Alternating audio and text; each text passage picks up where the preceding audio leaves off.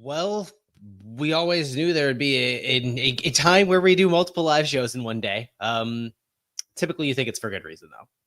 This is not it.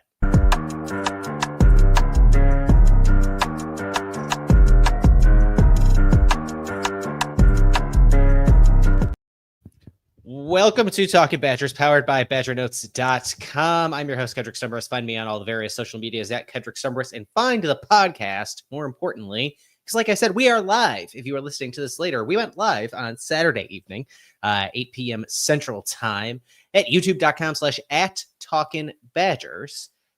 You can also follow the podcast at Talkin Badgers on the website formerly known as Twitter.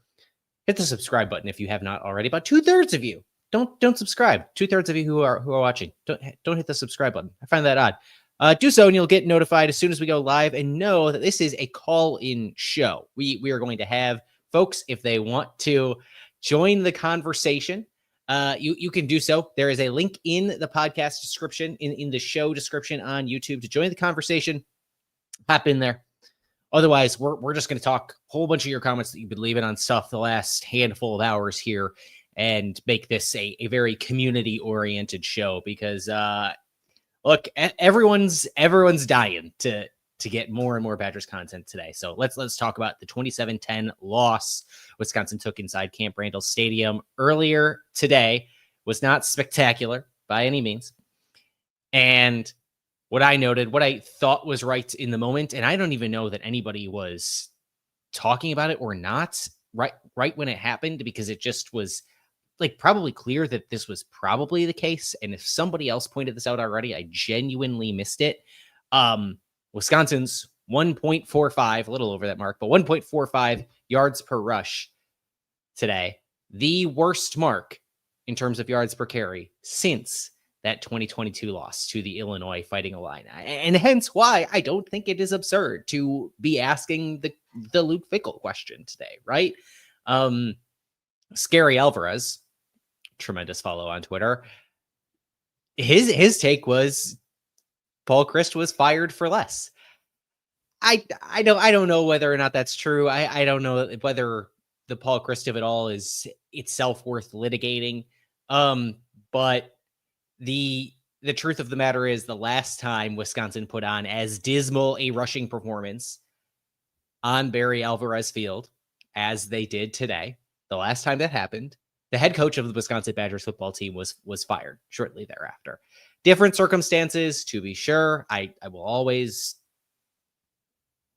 give credence to the situation at hand, the context changing, and that's exactly what has happened here financially and otherwise. But man, if it wasn't just a deflating day for anybody who cares about seeing the Wisconsin Badgers football program succeed. 1.45 yards per rush. That's not Wisconsin football, and not Wisconsin football under what is supposed to be a power running wide zone scheme with Jeff Grimes. Look, there are games in the Luke Fickell era, right under the Fickell-Longo era, in which Wisconsin rushed for fewer yards in terms of total volume. Last year, this happened a few times, right? Wisconsin tallied up 61 yards today. In 2024, Wisconsin had 36 yards against Minnesota. And in 2023, okay, that was it. So this is, I was trying to be a little more positive. But this is the second worst just volume of rushing yards that Wisconsin has had in the Luke Fickell era. Not fantastic at all. Okay, I want to pull some of these comments up to here as well, real quick. As we are in here. Who is up? Mark D, what is your opinion on McIntosh? I don't trust him to make the right hire. I don't know, man. The athletic director is such a nebulously difficult job in the year of our Lord 2025, frankly, because you are being pulled in so many different directions. And ultimately, I still do believe that the most important job of the athletic director is hiring the right football coach. because that is still the financial engine that makes the entire athletic department go. For as much as I love to lean into the bit, and it's not really a bit, it is serious that Wisconsin is a hockey school. That's undeniably true. The two most successful programs in the history of this athletic department are the men's and women's hockey programs. They don't drive revenue in the same way that football does. And there is a reason why hockey going, when it was at its height, 70s, 80s, when the football program was underwater, that was huge for the athletic department to stay afloat in what would have otherwise been an even more disastrous financial crisis. With the way football money has just absolutely ballooned, it's just not really comparable unless you are one of these smaller schools in one of these, hockey only conferences, think the NCHC, things of that nature. I'm going on a little bit of a tangent, but look, McIntosh was hired to be a money guy, and he just happens to have a football background too, which kind of mixes those two aspects of the most important parts of the athletic director job together. And I think made him on paper a if not uniquely qualified candidate, at least a uniquely enticing candidate for the role, because he comes with the institutional knowledge. He was Barry Alvarez's pick, and it made some sense at the time. I don't know. I think there's a bigger conversation that I think we can have about the Barry Alvarez ability to hire that I don't know people are necessarily ready to have about Barry Alvarez, because for all that has happened since Barry Alvarez took over as the head football coach of the Wisconsin Badgers, the track record of him picking his replacements has not been that great. Bielema, great coach, but then left. Gary Anderson, he succeeded, but got run out of town. Paul Chryst, probably the most successful hire among those three. And that ended in something of a disaster. And meanwhile, Barry Alvarez handpicked successor of the athletic department of the AD job. That's Chris McIntosh, who picked Luke Fickell. And now there's a ton of questions about that. I don't know. Like I said, I think this is a uniquely difficult job to do in terms of a big time school's athletic department job in the year 2025. But I think there is a case to start asking the question of, does there need to be a bit of a break from Barry guys? And I don't know if that's something of an overreaction.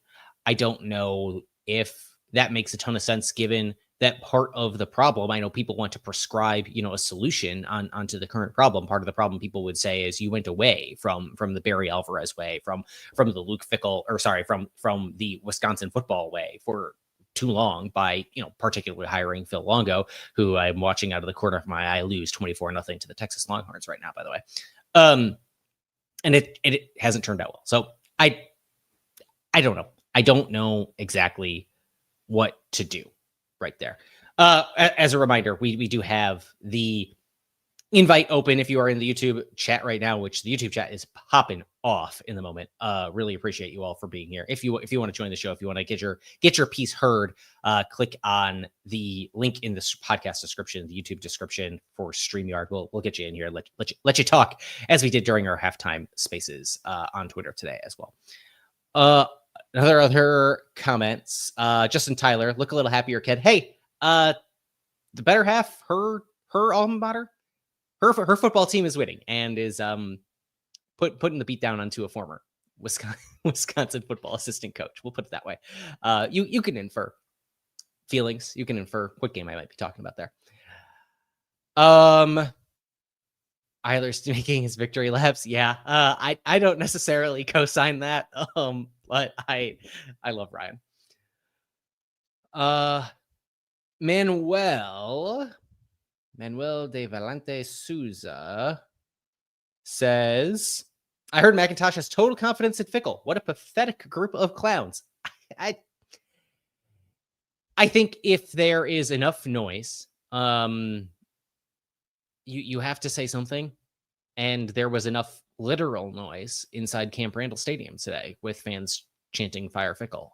And so he went to a group of, established reporters and said, hey, I want you all to know that we have confidence in our guy. Granted, the last time he said that after the last guy, it was only 4 days until the last guy, Paul Chryst, was fired. So I don't know with a ton of confidence that it means much of anything other than just trying to reaffirm commitment to recruits, etc. You get a headline out there. I don't know if you're Chris McIntosh, what else you can say, because the common wisdom among so many is simply he doesn't get to make another hire if the Luke Fickell thing doesn't work out. Unless Luke Fickell leaves her a bigger job, Chris McIntosh doesn't get to make that next hire. So I don't know what you expect Chris McIntosh to say other than I have full confidence here, because otherwise he's saying I don't have full confidence in my ability to do this job, as in Chris McIntosh doesn't.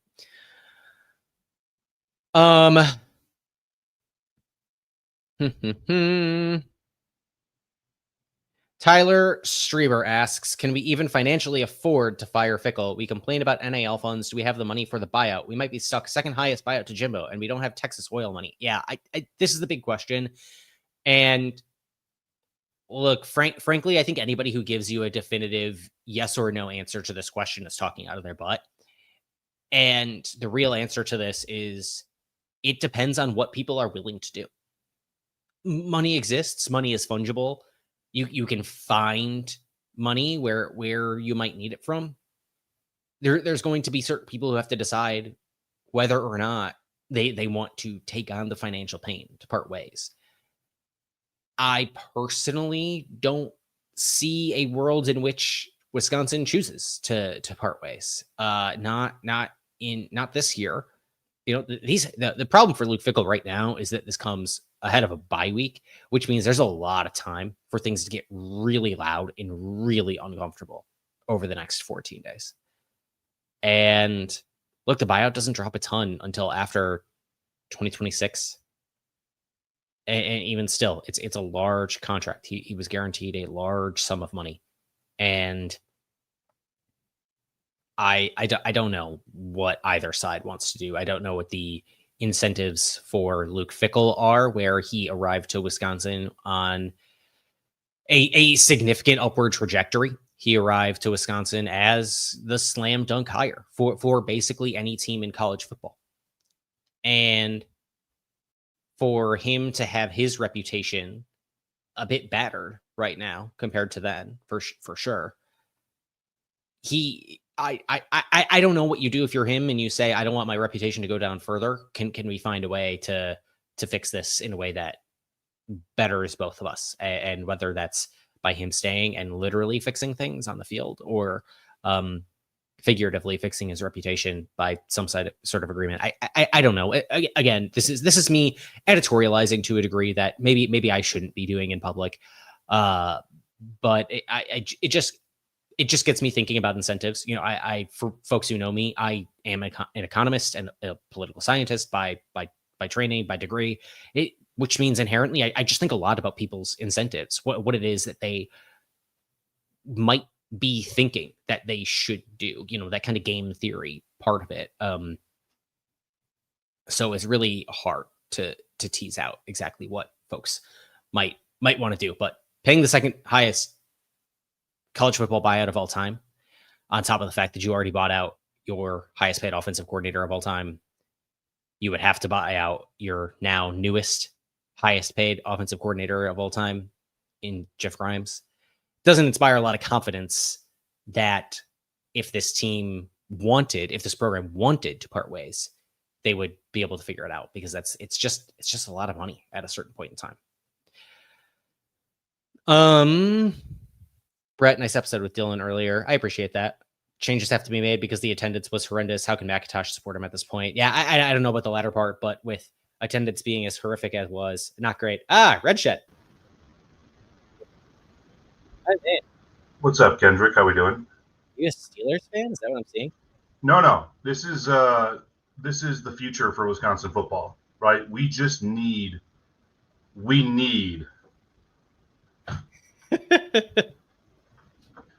need I don't think it'll be JJ, right? I think he's got too much going on on the live announcing stuff. Too much going on with CBS. Yeah. But I think we're in a dark spot here. I think when the last guy was fired, my first comment was, "Wow, Nebraska just did this." Right? They said 9 wins, not good enough, man.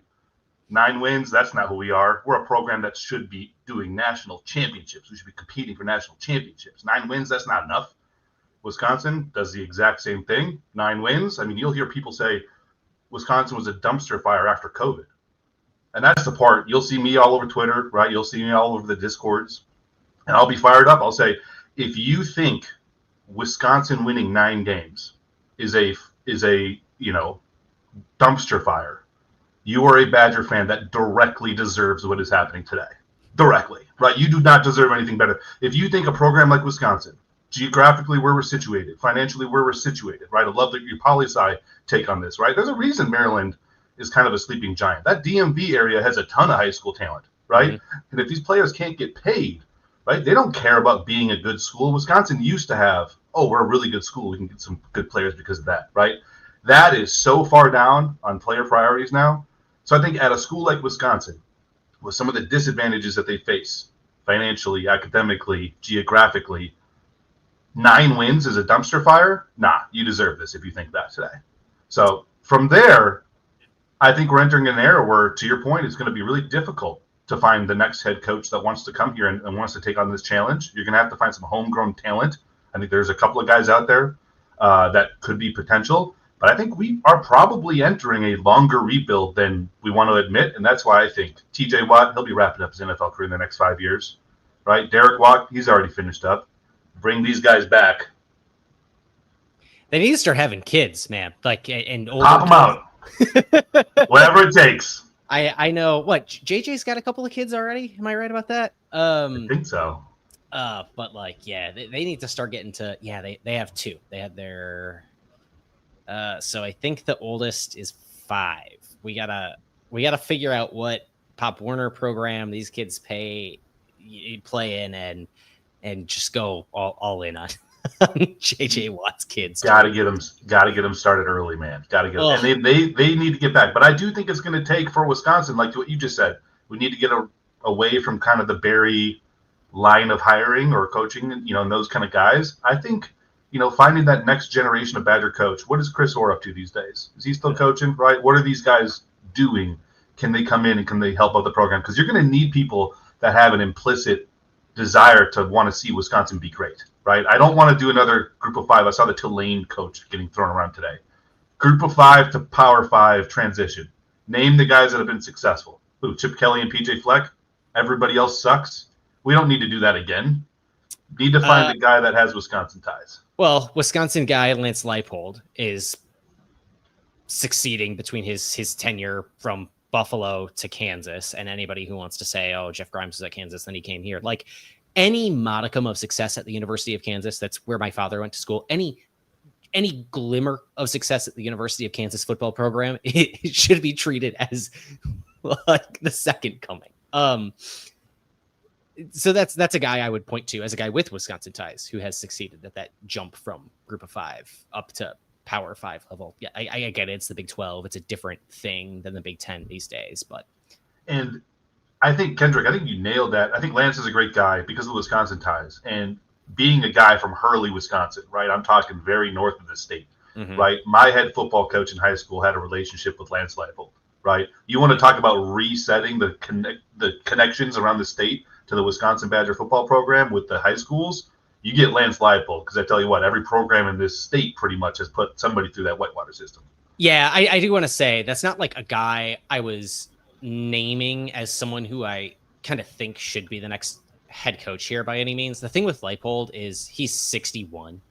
By the time, if he were to get here, you're talking about Wisconsin hiring a 63, 64-year-old head coach.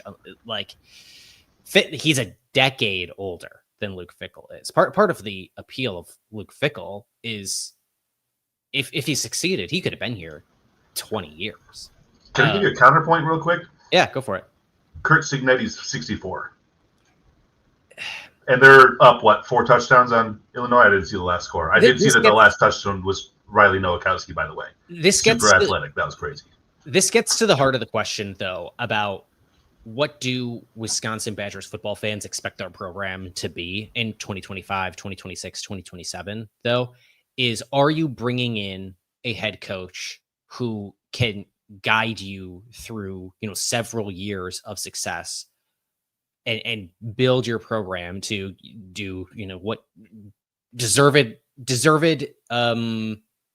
want or not to win championships? Or do you want to bring in a guy who might have a 5-year clock on him, regardless of whether or not he succeeds just because of his age? And you're fine turning it over to whatever comes next because you care about basketball more, because you care about hockey more. From my perspective, I want to hire a guy, and if it's a 5-year window, I don't care, right? If he's a really high-quality football coach that can rebuild the relationship between this program and the program around the state, even out of state with our nearby states, I want a guy that I can trust to make the next hire. And so if you're talking about Lance Leipold, he comes in for 5-6 years, whatever he has left, he's a guy that I trust to bring in, the Greg Gard to the Bo Ryan, right? He's a guy that I trust to bring in the next era of that. But I'm curious, Kedrick, what do you think, ceiling-wise for this program? Let's just talk about next 5, 8, 10 years, right? Do you think Wisconsin is a program that should be pushing for a national title, national prominence, no. Or do you think Wisconsin needs to get back to focusing on beating its geographic rivals? I absolutely side with your side of the coin here. Look, I've always been, even in the Greg Gard conversation days, which feels quaint right now. I was always a Greg Gard defender during this point in time, or at least, Greg Gard sympathetic. And I promise I'm going to bring it back to football. Where, even if he wasn't going and making second weekends of the tournament, I have some sympathy if you miss the tournament now and again, because what Bo Ryan was doing was to be expected as the absolute ceiling of the Wisconsin basketball program, and making back-to-back Final Fours, I think, reset expectations for Wisconsin Badgers basketball fans in kind of a bad way, where those came at the very end of the Bo Ryan tenure. That was not the kind of expectation he had set in the years past. It was the expectation under Bo Ryan is, we're going to make the NCAA tournament, and in a good year, we're going to get to the Sweet 16. And, in college basketball, sometimes you can throw together a magical run. Sometimes you can do that twice when you bring everybody back. In college football, it's a lot harder to get that magical run because your rosters are so much bigger. You have to accumulate so much more talent. There's a reason we see an FAU, a Butler, a VCU pop up with some amount of regularity in college basketball. And there's a reason Alabama is a shoo-in for the 14 playoff basically every year. There's a reason why Ohio State is a consistent national title contender alongside, 5-6 other schools. Football is just so much harder to break into that echelon. It requires a much longer year-over-year build. I'm a big believer in Bud Elliott of CBS Sports, blue chip ratio, which is you will not win a national championship unless you are recruiting 50+% of your roster as 4- and 5-star guys. I'm a big believer in that because we haven't seen anybody else do it and break that. And I think that Paul Chryst, and this is not like a Paul Chryst shouldn't have been fired take, because I think that's a more complicated conversation. But from 2017 to 2019, 2020, I guess the year before 2019, I think Paul Chryst had this program operating at about as high a level as you can reasonably expect Wisconsin football to do so, right? That was 43 yards away from college football playoff. That's right there. And I do really think there are probably some people who have some buyer's remorse about their written takes on the internet where they say, I would trade some of the, consistent floor to have the ability of having a higher ceiling in my program. I recognize that was a false choice all along. And I think some people right now are probably realizing that was also a false choice. Yeah, I think the blue chip ratio is really interesting, right? It's a necessary condition, but it's not sufficient, right? I think we saw that play out last year with our blue chip ratio against Minnesota, against Iowa, I don't know what Nebraska's blue chip ratio off the top of my head is, but we had far better blue chip ratio than Iowa and Minnesota. We didn't belong on the same football field, right? And so that's where the concern for me is we're spending a lot more money now on coaching than we were, 3-4 years ago. And we should be in this position using that money for players instead of coaches, right? If the blue chip ratio is that important, you got to find a coach that has that ratio. So I think it's a different era, man. And Luke Fickell hasn't proven to be successful in this era, right? And when he was at Cincinnati, he won games because he had far superior talent. Now, part of it was he developed that talent, but all the coaches, he didn't develop those players, right? It was his army of assistants, and very few of those folks came to Wisconsin with him, right? And that was kind of our first red flag. For me, that was the first red flag, seeing how many assistants it didn't come with. Second red flag was, of course, hiring Phil Longo, air raid Wisconsin. That was like oil and water, didn't understand it. Was probably why I'm critical mostly of Chris McIntosh today, because in my opinion, that's a conversation. People are saying, well, you can't fault Chris McIntosh, right? Because he needed to make a big swing. Every talking head in the country, every fan was excited about the Luke Fickell hire, right? But in that interview room, when they're talking about their philosophical vision for Wisconsin football, how the hell does Phil Longo fit in that, right? In that interview process, right? And if Wisconsin had Drake May grow up in Sun Prairie, maybe we can get Phil Longo to be successful. But that dude was successful in Ole Miss with 2 receivers that he didn't get. And North Carolina because Drake May grew up 30 miles down the street, right? So that was a crazy hire and just a total philosophical break from where Wisconsin was. But yeah, I agree with you. The ceiling, I think we're on the same page in terms of where Wisconsin football ceiling is. I just wish more of the discourse was around how can we catch back up to Iowa? How can we catch back up to Minnesota? Because for me as a fan, that's where my enjoyment comes from. Not just because I moved to Minneapolis, that's where I am now. Not just because my in-laws are all from Iowa, but it's because at the end of the day, it feels really good to get up on Thanksgiving week and know that you're going to beat the crap out of the Gophers, or at least be competitive with the Gophers. And hope we can get back to that this year. But I got to jump. Great show. Hope more folks hop in the chat. It's a great day to talk Badgers. Yeah, I appreciate you, Red Shed. For anybody with the Phil Longo conversation, for anybody who is keeping track at home on whether or not the Sam Houston State first half under 2.5 points will cash tonight. It did. Hail Mary picked off in the end zone by the Texas Longhorns to close out the first half and make that first under 2.5 point team total for Sam Houston cash tonight. Fighting Phil Longo's struggling against the Texas Longhorns this evening. Yeah, I mean, I largely agree with everything Red Shed had to share there. I think my only real follow-up question then would be with everything just being such a disastrous start of 2 years with Phil Longo. It makes it really hard to assess where your level of patience should be. If you are a fan, if you are an administrator, where your level of patience should be with Wisconsin football under Luke Fickell, because if you really think Phil Longo was that disastrous of a start, and yeah, I think on the field results prove that. I don't think he was ever a fit for this program. I think you have to ask, okay, how long do you give this team time to sort out and flush out everything from the Phil Longo era? I guess era feels a little stark for a guy who coached less than 10 games.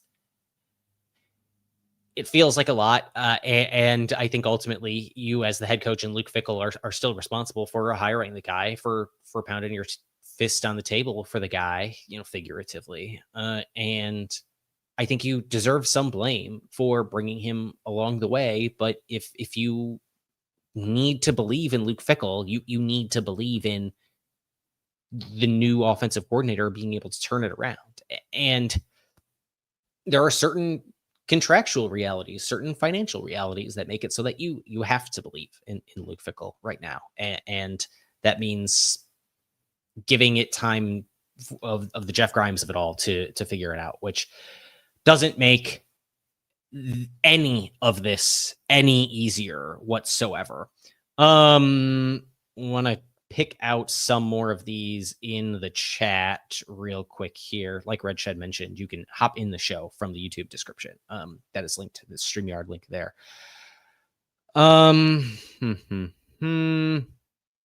Had Bucky's at 6-6 since the spring. Say they would revise after the Maryland game. I now have them at 4-8. Welcome to the 4-8 club, Will Hanna.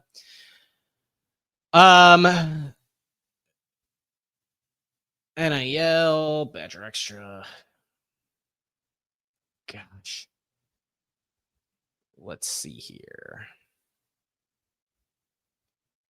Cujo162 asks, Kat, how can McIntosh be a money guy with this awful contract he gave Fickell? McIntosh was part of like the big, like part of the fundraising arm of the athletic department. That's what I mean by that. The contractual side is kind of a different thing altogether.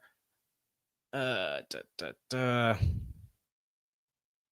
still think Fickell will get 4 years, says Will Hanna. I also think that is true. And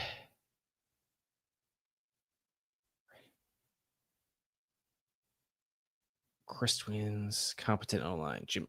Jim Leonard should be the Badgers head coach. I don't know, man. Like I don't think he wants to be, would be my guess. Purely speculative. I don't have any kind of relationship with the guy. I was not covering the team at any excuse me.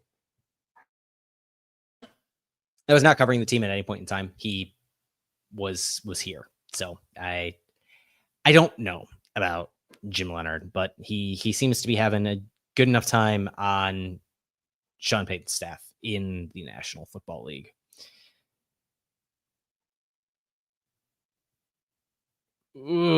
Start Carter Smith, Bo Dragon says. This is what I want. I want a Bo Dragon comments because people like to react to them. Start Carter Smith, how could it be worse? Like from the small amount I've seen from him, I don't think he's ready to go. I think there have been some flashes there, but I think if you have been dissuaded by Danny O'Neil through 3 games, I don't see how anyone who has seen Carter Smith practice against some of the reserves on this Badgers football team and clamor for him, because I think he is just a little erratic at the moment. The decision making isn't there all the time. He can make throws. He absolutely can make throws and can make impressive throws. I think some of the best highlights from him, though, I think were instances in which he was made to look very good by some of the receiving talent. I'm thinking back to spring and the sideline catch by Kyan Barry Johnson that I thought was really impressive. I am not sure at all. Reminds me of the Morton years. Yeah, getting a lot of those these days.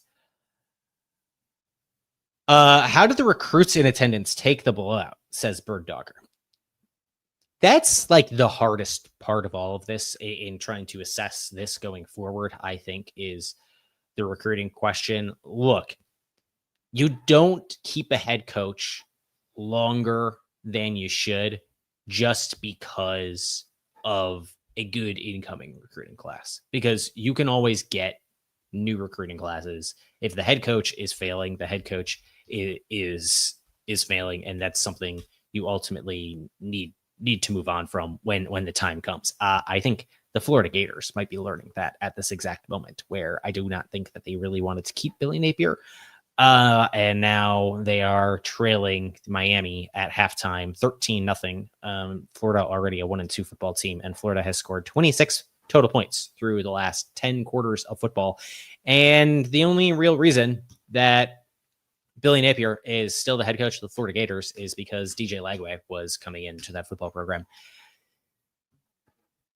And meanwhile, Wisconsin had a lot of recruiting talent come to this game. I think probably because Wisconsin knew this was going to be the last game of the year in which the Badgers were favored. And that does not make for a very happy picture moving forward, if you want to believe in the recruiting class moving forward. From what I have seen early and heard back from early, I mean, it's not a lot of people talking about that. It's not a lot of those recruits talking about that and having negative negative feedback on the day, but you don't know how much of that is real and how much of it is, delayed when other programs seize on it later and negatively recruit and say, I don't know that this guy is going to be there in a couple of years. So I don't know. Max Waldman, I think this is a fair question. Have you considered the possibility that Maryland ends up being in the upper third of Big Ten teams, and thus this loss doesn't end up being all that awful? I mean, they looked pretty good besides drops. I think that's entirely true. But I don't think it is a reasonable excuse for where things are. Because if you are in a position where, like, what is the best case scenario for Wisconsin in that scenario? For Wisconsin to still be a bottom half, but like middle third team in the Big Ten? That's still falling quite a bit from where you have been in the past, because middle third, we're talking teams all the way down to 12 in the Big Ten. Like, that top third is something Wisconsin should at least be on the borderline with. If Red Shed and I are correct in our assessment, which, you can take your quibbles with it, that Wisconsin is something of a, hey, a 10-win team, a New Year's Six Bowl winning team is a really good year for Wisconsin. You should be somewhere, behind Ohio State, Oregon, Michigan, Penn State is 4, and then we're getting into territory of, USC-ish. And then behind there, I don't know. Did I say Michigan? Ohio State, Oregon, Michigan, Penn State, USC. Yeah. And then I don't know if there's anybody who, with a bullet, is supposed to be a better program than Wisconsin. I mean, maybe Nebraska, right? Just based off of historical standards, but those are so far gone from now. At a certain point, Wisconsin should be fighting to stay in that top third of the Big Ten, and at least, the upper half of the second third of the Big Ten. If Maryland is, a top 6 team, a top 5 team in the Big Ten, the question for a program like Wisconsin should be, well, why the heck is that not the Wisconsin Badgers? And it's not that Maryland is just going to end up being a top third team. Right now, Wisconsin doesn't look like it's better than Washington. Wisconsin doesn't look like it's anywhere in the arena with Michigan, and yeah, these were some down years for Michigan, but some of those Paul Chryst wins over Michigan were absolute blowouts. And it doesn't look like Wisconsin is like, I don't know what I want to say. I don't know if I want to say Wisconsin isn't in the same, tier of the Big Ten as Minnesota right now, because it somewhat pains me to say that, but I will ask this inflammatory question, chat, and I would encourage any and all of you to let me know what you think about it. Would you rather take Luke Fickell or PJ Fleck as the head coach of your football team right now? Because I saw somebody react to this. Somebody tweeted this earlier today. Would you rather have Luke Fickell or PJ Fleck? And there is, I think, a not totally bonkers case to make that it's PJ Fleck. It's quite the place to be in, where, yeah, in the early returns, and yeah, the early returns in the chat on this question on a night like tonight are going to slant a certain way. But Slim Lewis says Fleck is a better coach than Fickell. Ryan Wheelie says neither. Bo Dragon, Fleck is an upgrade. Ryan says neither. Y'all, David Polens, Fleck is legit better than Fickell. That's a fact. Scott, Fleck has no talent, but still gets 5 wins. He might get 7 here. The point here is, this is a bunch of diehard Wisconsin Badgers fans who should really detest PJ Fleck. There's not a single person going into here and being like, heck no, I'm riding with Luke Fickell. That's a pretty bad state of where things are at in this moment in time. It's not It's not very good to hear. Dr. Maybews, row the boat. No. All right. We got one. We got one definitive. Keep PJ Fleck away from the Wisconsin Badgers football program. That's a good sign at the very least. Okay. I want to make sure that I get to any and everything that I wanted to get to this evening before we call it a wrap here, because we're at 40 minutes into a solo show. I only got so much in me. Oh, okay. I've started running a poll over the last couple of weeks, and against Alabama, I ran this poll about, do you feel better, worse, or the same about the Wisconsin Badgers football team after the game?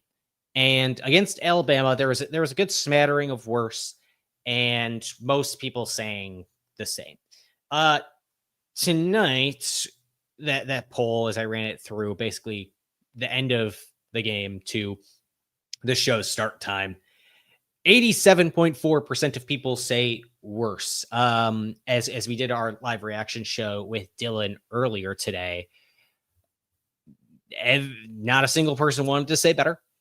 And we also put a question in the chat, a poll question in the chat, which was, do you think Luke Fickell should be fired? The answer is yes, no, or at the end of the season. Nobody definitively said no. Everyone was either yes or after the season. Like, I just don't know how anybody, and I felt this way earlier today, and like feel validated that I'm not off my rocker on this one, that there's just not really much to look at and say, I can see where the positives are here. I know Dylan pointed to Mason Posa, and yeah, I thought he had a good game. I think over week in, week out, you can probably point to the inside linebackers and say they are pretty solid, but you really struggle to point that out beside them. Wide receivers, tight ends, a position that requires a dynamic playmaker at quarterback to put the ball in their hand. And right now, there's not a playmaker who can do that right now for the Wisconsin Badgers football team. That has been quite the problem. And I think part of the problem is the coaching staff that trotted Billy Edwards out there today. I don't know where the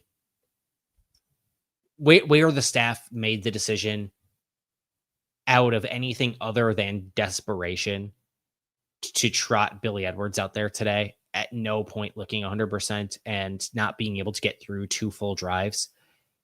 The staff, and I talked about this on the show earlier, and it's the one thing that just burns in my head as the, I think, thing that puts me over the top on my negative feelings for everything that happened today, on my negative assessment for everything that happened today, was I think the staff did a real disservice to put Billy Edwards Jr. on the field today, especially after this staff said so much over the last few weeks that they want to protect Billy from Billy. They failed to do that. They did not succeed in doing that. And that was a decision made by the staff, by the training staff.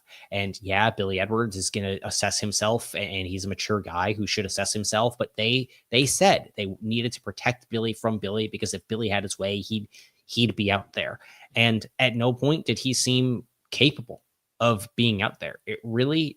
It makes it hard to look at everything over the last few weeks and say anything other than they started Danny O'Neil against Middle Tennessee because Wisconsin knew it would win that game, and they started Danny O'Neil against Alabama because Wisconsin knew it would lose that game. I have a really hard time looking at those 2 games without Billy Edwards available and saying that they started Danny O'Neil for any other reason than the outcome of that game was something of a predetermined outcome. And this was the game in which you as a staff knew it was going to be more of a challenge. So you had to trot out your less than fully healthy quarterback. And I think that is bad for a couple of reasons. One, it's not good for Billy. and we've talked about that. He's maybe more banged up now, and he maybe might not be fully healthy to go against Michigan. And that makes it bad for your team as a whole going forward. It's also really bad for Danny O'Neil. It's bad to say to your quarterback, and then the rest of the team around him has to interpret this as well. It's bad to say to them, we think a banged up, less than 100%, maybe 75% Billy Edwards Jr. is a better option than a 100% Danny O'Neil. And you, Danny O'Neil, have to live with that. You as Danny O'Neil, for all that he's done, saying all the right things, doing all the right things, talking through, playing through, the chip on his shoulder that he's so proud of. He has to go out there potentially knowing that the staff doesn't have faith in him fully healthy over an injured Billy Edwards.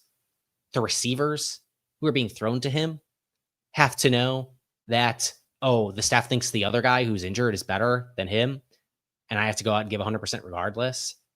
The offensive line that's already banged up all over knows, oh gosh, this is so much more pressure trying to keep this already banged up quarterback upright because the staff likes him more than the fully healthy backup. It's just not good for and there's a merit case, which is, you go out and play your best players, but this is college football, and I get it. It's professional. These kids are all these are young men who are getting paid, right? And they have a job to do. I get that. But also if you are Luke Fickell, if you are the college football guy of legend, of lore, the leader of men, if that's you also have a role as a caretaker to not put your injured players in a position to be injured more. That is doing your players a disservice for their short-term health, their long-term outcomes, and the short-term and long-term outcomes of your football team as well. Again, I know I talked about this earlier on the show with Dylan, but the more I've sat on it over the last few hours, I just continue to have thoughts and feelings about it. And I wanted to flesh out the way I have thought about them more and more over the last few days, over the last few hours, I should say. It doesn't inspire confidence at all in this team over the next, how many more games do they have to play? 8 games? Yeesh.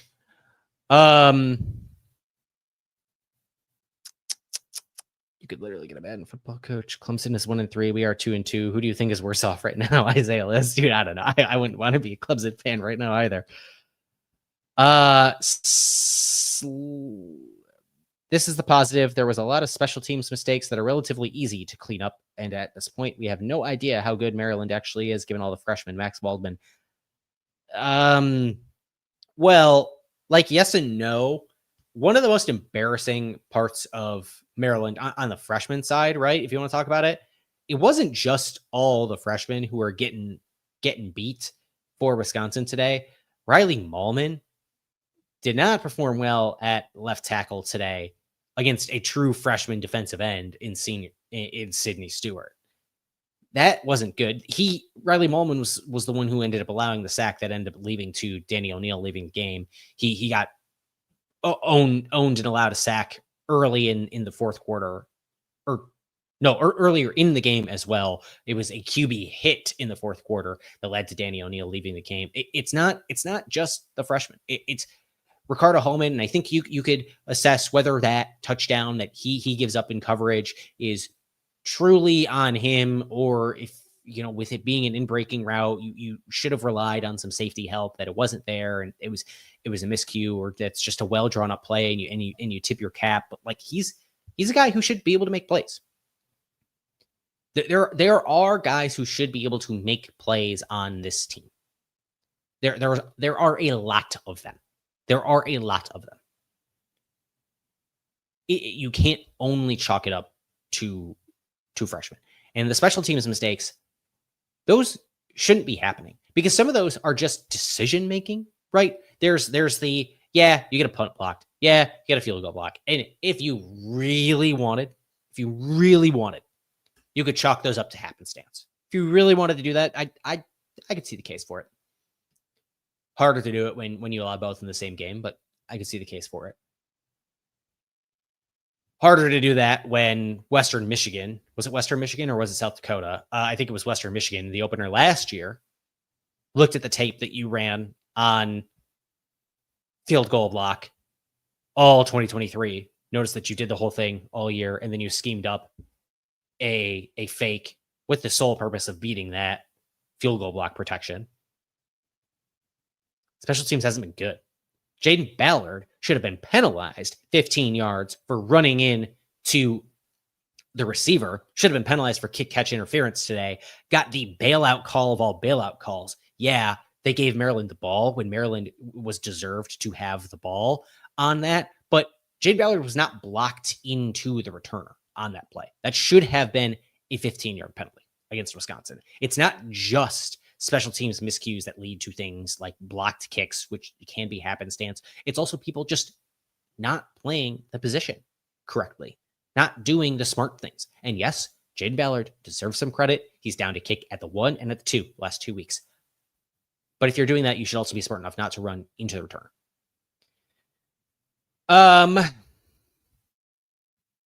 Gosh, there's still so many people here. You people are absolute lunatics, and I love you.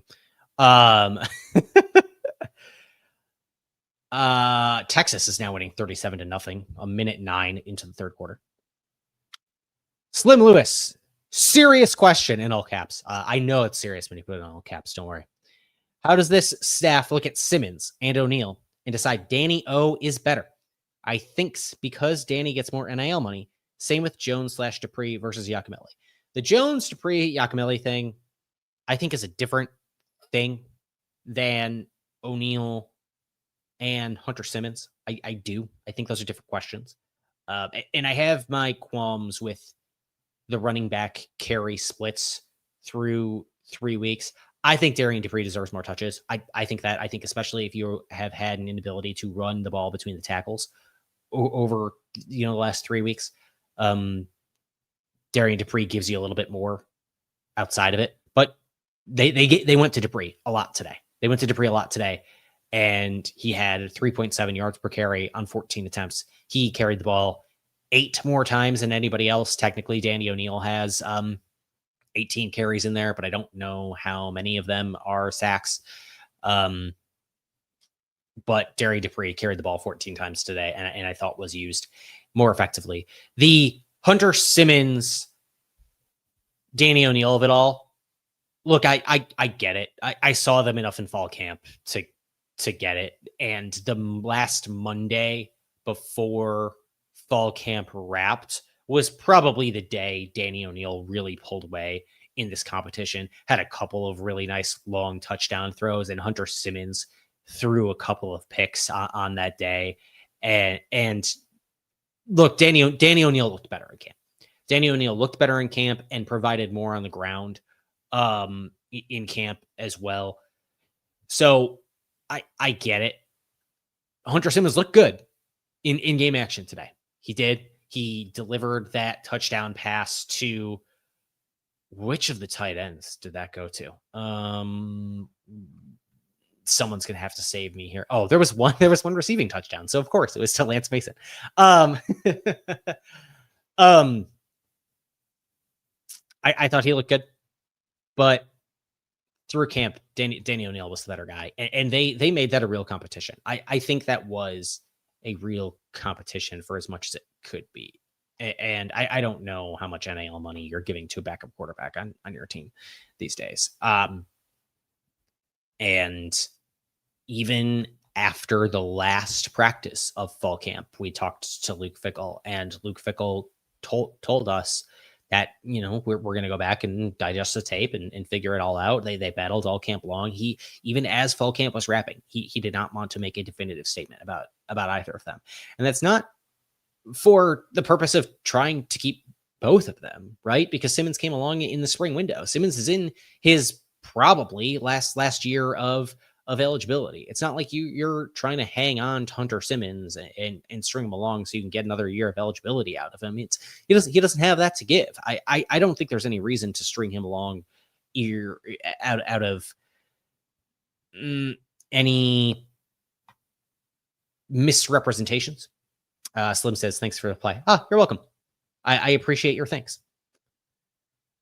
Bo Dragon, how can a university known for O-linemen be the worst line I've ever seen? That's a real kick in the shins today of all days, as well as the honorary captain for Wisconsin was an offensive lineman, was a first round NFL offensive lineman, was Dennis Lick, who was, at the time he was drafted, the first round NFL offensive lineman drafted into this program. What a time. And for maybe this is poetic. Maybe Joe Brunner goes on and has an excellent career as backup, as a swing guard guy in the NFL. Who knows? Because Dennis Lick was here during the absolute dregs of the Wisconsin football program here, 72-75, saw Wisconsin's first winning season in over a decade during his time here, was a 2-time All-American, was a 3-time All Big Ten offensive lineman, the first guy to go in the first round at offensive line for Wisconsin football ever. And yeah, then Wisconsin football put that offensive line performance on the field today. Not spectacular whatsoever.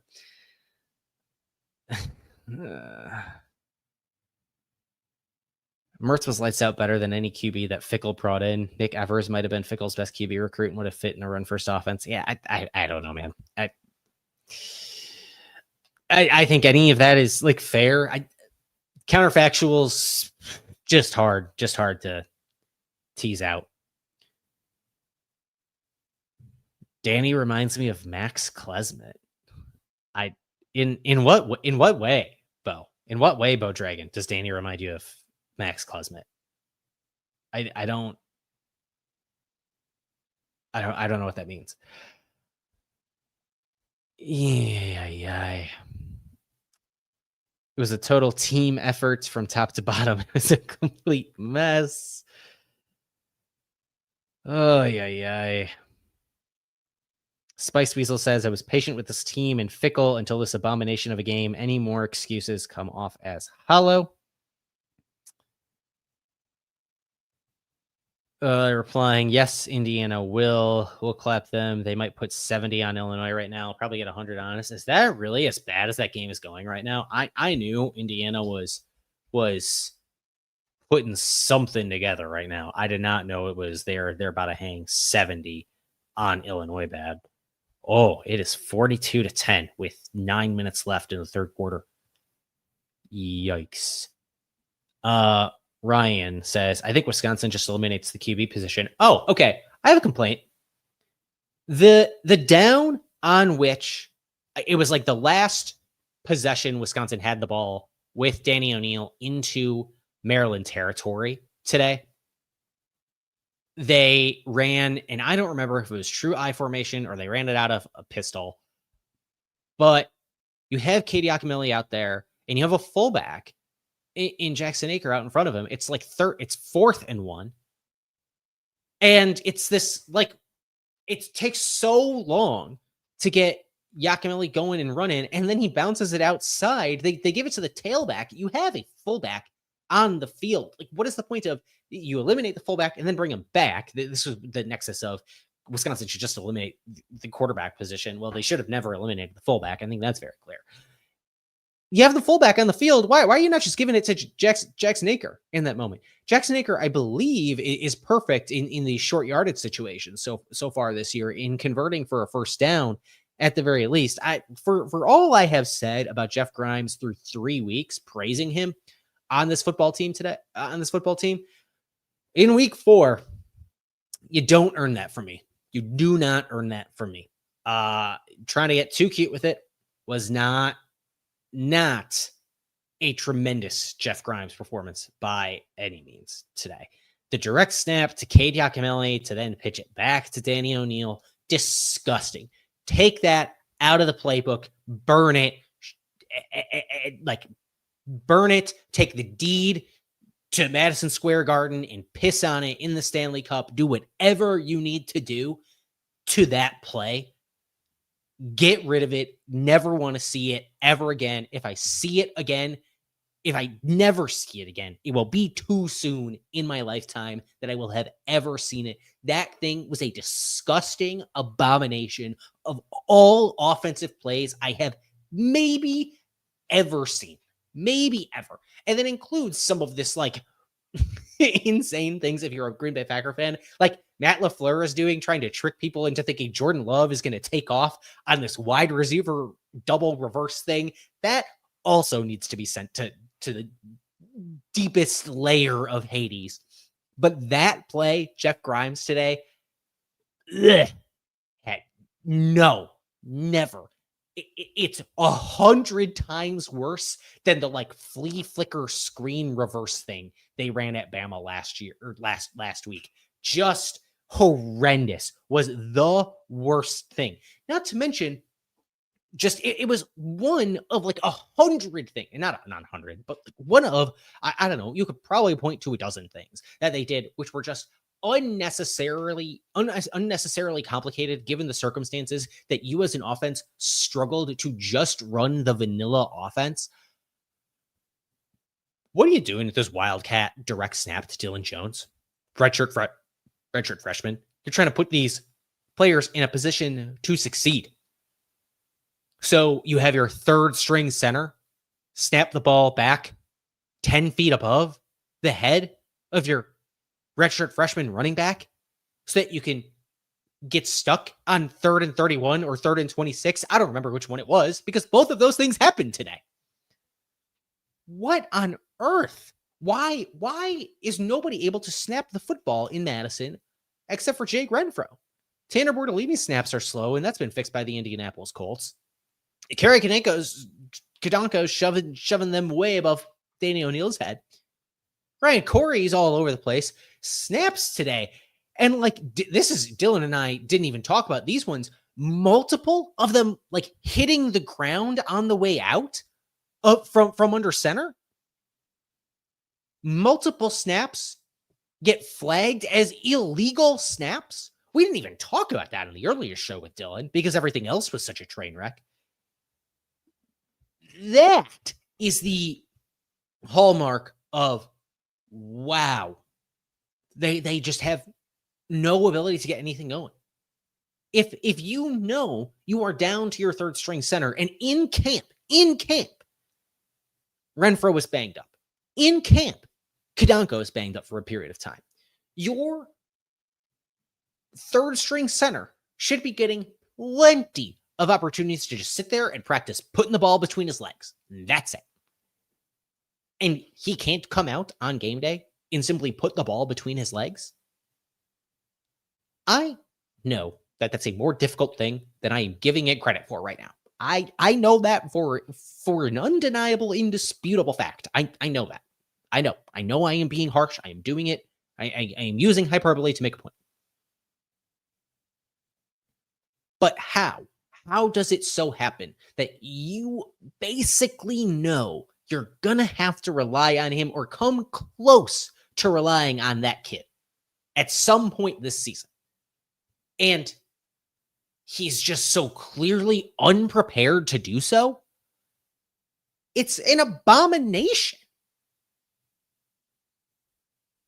Oh my gosh. It was just inexcusable, the number of flubbed snaps today. And it almost makes me think I could like retract any and all of the complaints that I had seen or read or written about over the last 2 years, because nothing over the last 2 years of the Luke Fickell era came even close to what Wisconsin did today, snapping the football. It was tremendously bad. Tremendously bad. I guess there was only one illegal snap penalty, but more than one of them hit the ground as they came out. So I don't know. It's still bad.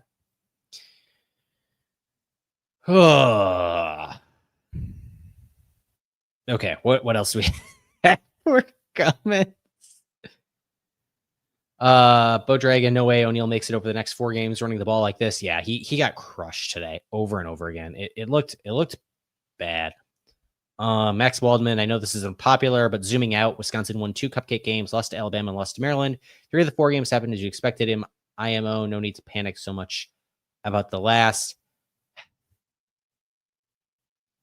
I get this. I get this. I think it's the matter of like they weren't even competitive in a game against Maryland. They weren't competitive. And in a world where you are trying to track, I guess, unless you are right in your assessment that like Maryland is an upper echelon Big Ten team this year. I know this has been your thing, Max, on some of these other comments. Unless this is the case, you cannot look now at Wisconsin's schedule moving forward and find 4 games that Wisconsin wins to get bowl eligible. You can't find that. And ultimately, I think people have maybe started to come around to the idea that that bowl streak was something of relative importance, something that I advocated for the entire time it was out there. And now teams are looking in the face of missing back-to-back bowl games for the first time since 1991-92. It will have been the first time in a lot of Badger fans' lifetimes that they have missed back-to-back bowl games. Like that's 9 more years back than you have to go than the first time they simply missed a bowl game. And so like, yeah, there is some like, yeah, I get it. Maybe this is it. But also the fact that there just is no room for error on this football team tells you just how far they have fallen. Just how far they have fallen. And even when Luke Fickell came into this program, yes, things were not trending necessarily in the right direction, but this team still got bowl eligible and did so before the last week of the season. Now, can you imagine Wisconsin going to Huntington Bank Stadium, a 4-win team, having literally nothing to play for last week of the season? That's what Wisconsin Badgers fans should be staring down the barrel of right now.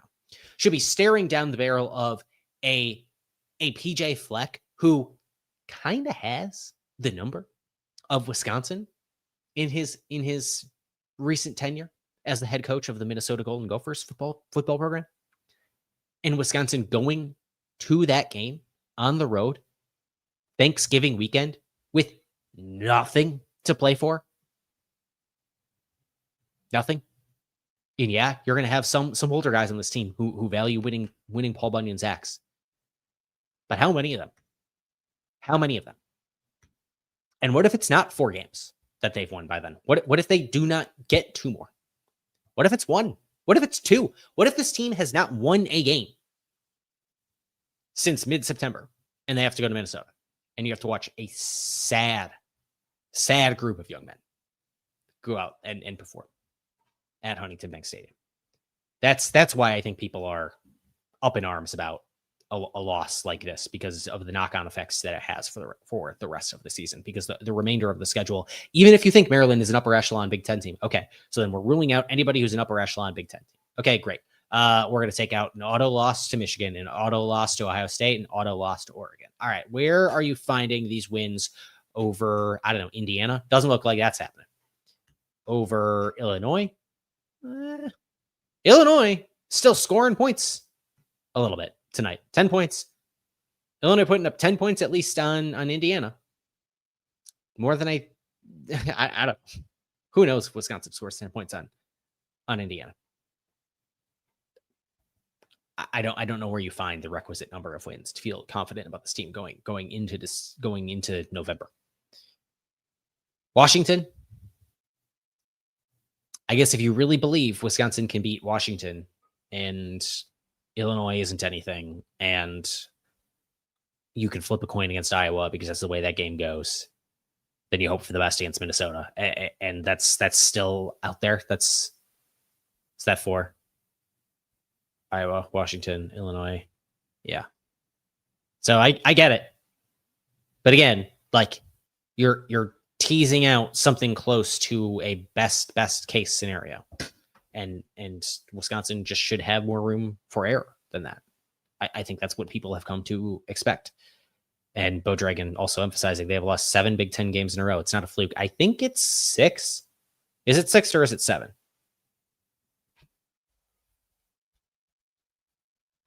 Because they finished last year on a 5-game losing streak. So yeah, it is 7. No. So that makes it 6. Yeah.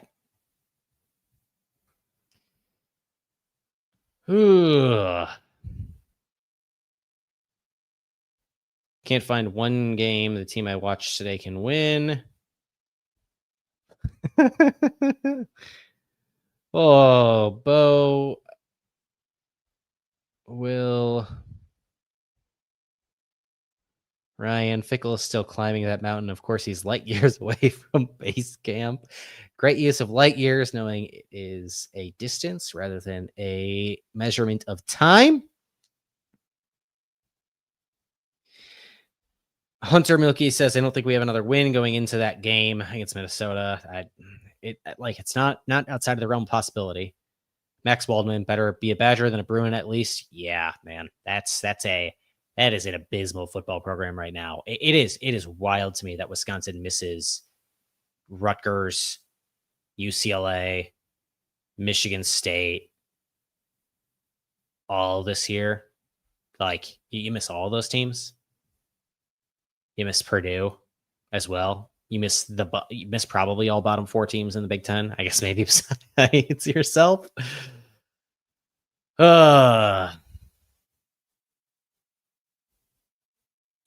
Iowa, Washington, and Minnesota are better than the Badgers. A Kefo says winning against them would be an upset. Right now, yes. Coming into today, by like power rankings numbers, depending on which ones you look at. I know some had a better shot for Wisconsin to beat Maryland. Like SP Plus had it as basically a true toss-up, and then had Wisconsin as an underdog in every other game remaining the rest of the season. And so that's only going to be more stark as this game goes on this year. Jason Geldon said, I wish we had a Wisconsin State team to cheer for right now. Hey, Marquette still undefeated in football for a very long time. As my good friend Jack Goods likes to remind me.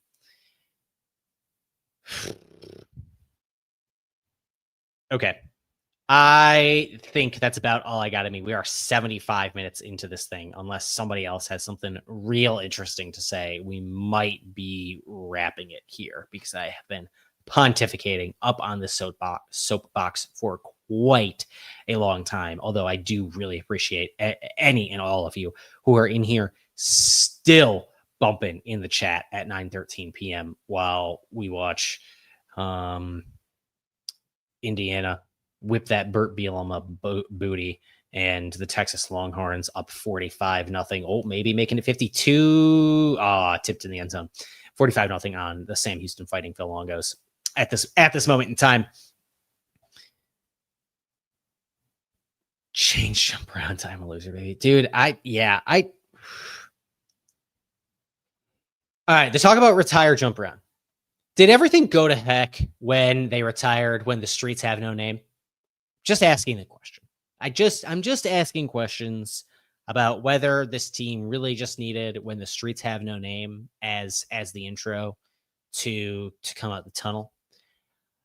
Because maybe I'm a little old man shakes fist at cloud on this one, but I always thought it was a notable part of the pregame festivities.